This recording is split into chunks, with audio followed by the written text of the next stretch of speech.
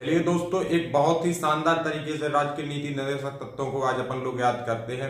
अनुच्छेद 36 आपसे दोस्तों परिभाषा की बात करता है, 37 इसको गैर न्यायोचित ठहराता है। इसके बाद दोस्तों 38 में जो है कल्याणकारी राज्य की स्थापना की बात करता है। तो दोस्तों चलिए अब चलते हैं कल्याणकारी राज्य से शुरू ही करते हैं। जब दोस्तों कल्याणकारी राज्य की स्थापना होगी तो उसमें दोस्तों अगला पॉइंट क्या होना चाहिए कि महिलाओं पुरुषों को सबको समान अधिकार मिलने चाहिए, बच्चों की भी उसमें देख रेख हो रही। तो दोस्तों 38 के बाद 39 में यही सब दे रखा है। 39 के बाद 40 में जब कल्याणकारी समाज बन रहा है, जब समाज में महिला पुरुष बच्चे सब हो रहे हैं तो फिर ग्राम बनेगा, समाज से ग्राम ही बनता है। तो फिर 40 में दोस्तों ग्राम के बारे में बताया गया।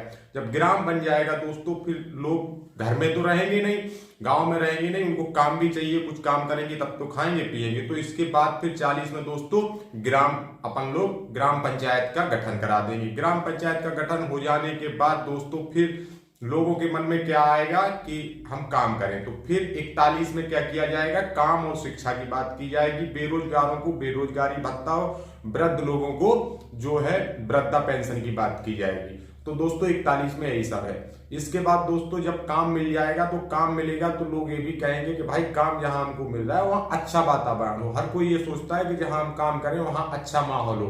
तो फिर इसके बाद 42 में यही सब है। 42 में क्या है दोस्तों कि जहां कामगार काम करेंगे वहां उनको जो है अच्छा वातावरण देंगे, मानव जीवन के लिए जो अच्छा हो ऐसा वातावरण उनको वहां पर उत्पन्न करके दिया जाएगा। तो 42 में यही सब है। 42 के बाद जब 43 पे जाएंगे दोस्तों काम मिल गया।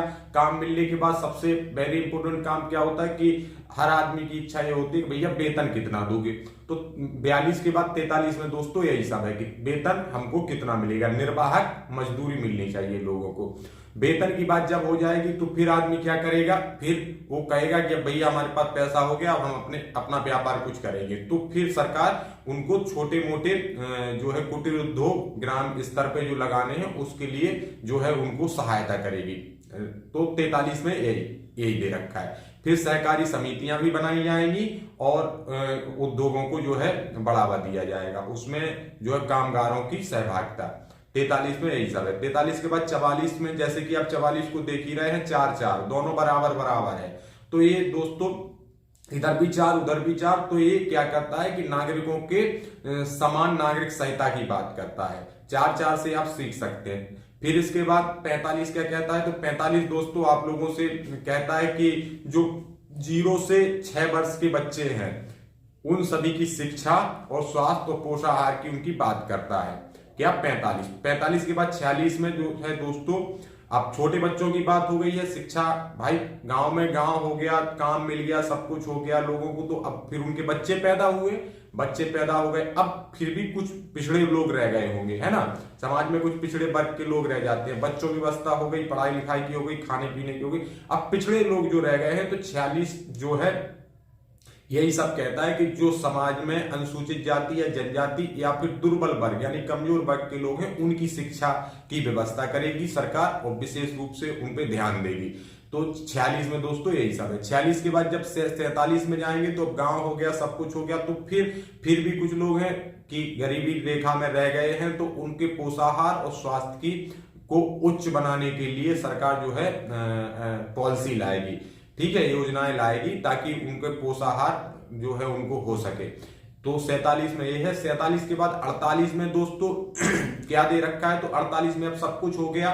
पोषाहार की बात हो गई, भैया पोषाहार ऐसे तो मिलेगा नहीं, कृषि करनी पड़ेगी। तो दोस्तों कृषि की बात करता है क्या 48 में कृषि की बात की जाती है कि कृषि करेंगे लोग, कृषि और कृषि वैज्ञानिक पद्धति से होगी। और पशुओं की बात भी इसी में की जाती है, मवेशियों की बात की जाती है, विशेष तौर से इसमें गायों की बात की जाती है। दुधारू गायों की गुणवत्ता के लिए वैज्ञानिक पद्धति अपनाई जाएगी। फिर इसके बाद दोस्तों आगे चलेंगे आप तो कि इसी में पर्यावरण के बारे में और वन्य जीव संरक्षण का भी 48 में ही दे रखा है, 48 के काम है। फिर 49 में जब आप जाएंगे तो 49 में दोस्तों ये सब जब आपको मिल गया तो अब राज्य की भी ये होगा कि राज्य भी आपसे कुछ चाहेगा कि आप एक अच्छे नागरिक बने।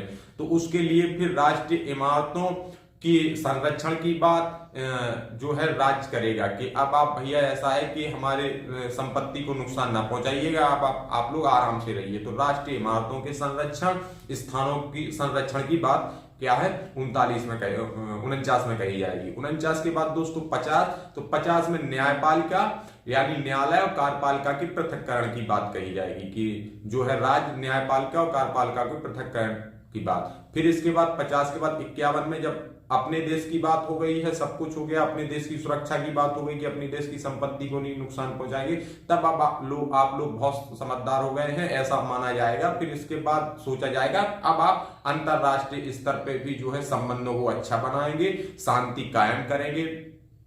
ये सब दोस्तों इसमें है 36 से लेके 51 तक। उम्मीद करता हूं दोस्तों अच्छा लगा होगा वीडियो। यदि आप लोगों को अच्छा लगा है तो कमेंट जरूर करें। धन्यवाद दोस्तों।